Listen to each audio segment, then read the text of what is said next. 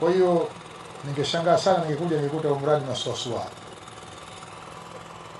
Kitu ambacho nataka ningeseme, napongeza kwa kuikamata kwa mikono miwili ahadi hiyo. Naomba usimwangushe Rais Dr. Samia, usimwangushe Rais mstaafu Mzee Jakaya Kikwete. Mradi huu umalizike kwa viwango na kwa haraka sana. Sasa sisi, hii ndio Chalinze, hii ndio Pwani. Sisi tunatekeleza ahadi za Mheshimiwa Rais kwa spidi ya rocket. Kwa hiyo tupelekee salamu zetu kwa Mheshimiwa Rais kwamba kile ulichoahidi wananchi wamekiona, na tunamshukuru, na unaona standard mpaka utakuwa kuna viti. Na hawajasema tu, lakini ukiangalia mpango mzima kuna sehemu ambazo utakuwa kuna ni kama sport complex, kuna sehemu nyumba za watu kufikia, wataweka na michezo mingine. Lakini pia uzuri wa uwanja huu ni uwanja ambao unategemea utakuwa ni center ya michezo katika eneo letu hili la Pwani. Tunataka tutengeneze sio tu uwanja, lakini pia kutengeneza na majengo ambayo yatakuwa na support.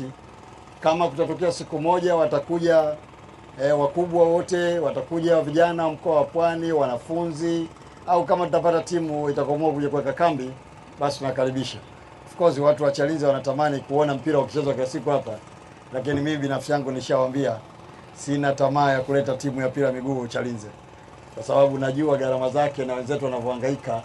Kwa hiyo sisi tunataka tuwajengee uwanja, lakini tunawakaribisha sana hata wenzetu wa kwa Juni kule wakitaka kufanya pre-season, basi hapa patakuwa ni sehemu nzuri sana, kwa sababu kama unavyoona mazingira yake hapa ni mbali na mjini, lakini pia ni sehemu ambayo mazingira yenyewe yaliyojengwa hapa ni mazingira ambayo yako tayari kwa ajili ya kuhosti watu wa namna mbalimbali. Utekelezaji wa mradi. Awamu ya kwanza ya mradi ulianza tarehe 1 mwezi wa 10 2025 na unatarajiwa kukamilika tarehe 1 mwezi wa 12 2026.